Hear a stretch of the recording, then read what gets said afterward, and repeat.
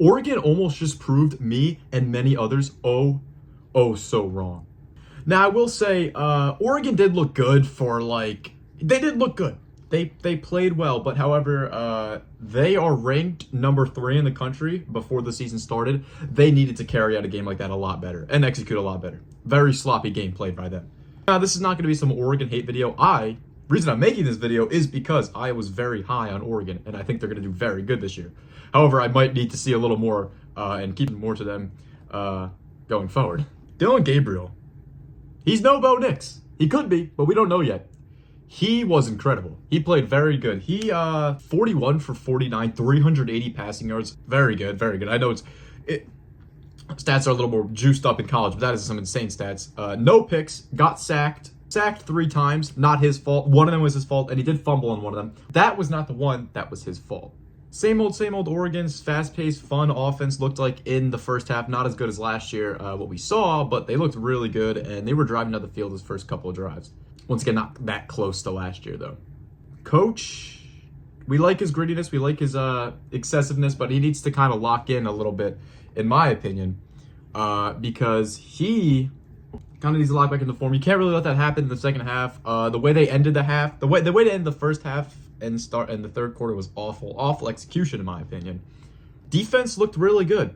They looked really good. They weren't, if you're gonna think Oregon's in a close game, you think it's in a shootout type game. They held held Idaho. I know it's Idaho, but they held them to 14 points. Some would say you want even less than that, but they got 4 sacks and interception. I think forced 2 or 3 forced fumbles. So that they made their impact. Who didn't is the O-line. Well, they made a negative impact. The O-line did not look good. They, just to be honest, not what you would like to see out of your O-line. Can't let this happen again. Oregon, like I said, is literally ranked 3 in the country. They need to blow these teams out of the water. I know it's to sit here and say as a fan, like, oh, they need to go out and beat them by 40, 50 points.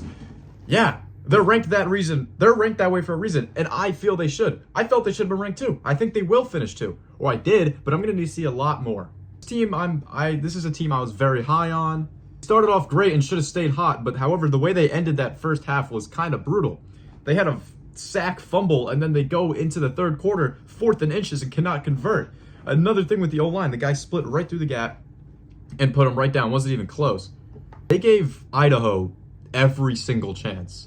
And I know it's the first game, which kind of makes me feel a little bit better about things, and they're going to, hopefully they lock in, but at home, giving this team so many chances, not just putting this team away, a little bit of a red flag. A little bit of a red flag, not gonna lie. Oregon was 4 for 4 in the red zone, and their defense did play very good. I will give them that. They, it was a very solid game all around for them. This was an NFL game. This would be a great game for Oregon, But it's not the NFL. You are not playing a ranked opponent. This should not be a close game. You should not have 24 points on the board. That is final. That's it. Even though Oregon slipped up here and there and almost even lost the game, gave Idaho every chance they could get, I'm not going to think too much of this. It is their home opener, but temporarily they did lock in at the end, get that touchdown. They did move on with everything. However, if you're wondering why I'm talking about this quote scare for Oregon, when I'm literally not an Oregon fan, I don't really talk about that many teams besides besides my New England area teams and Clemson and the ACC. It's because Oregon, I am a very high team on Oregon. I picked them to be 2nd.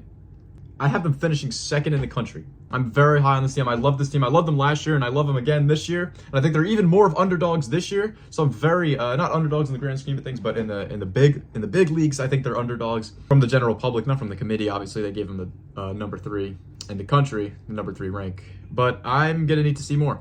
And this will be, I'm going to start paying attention more to this team because I really want to see what they do and when they hit that road game. And when they hit those games, top 25 ranked opponents, I really need to see how they do against ranked opponents.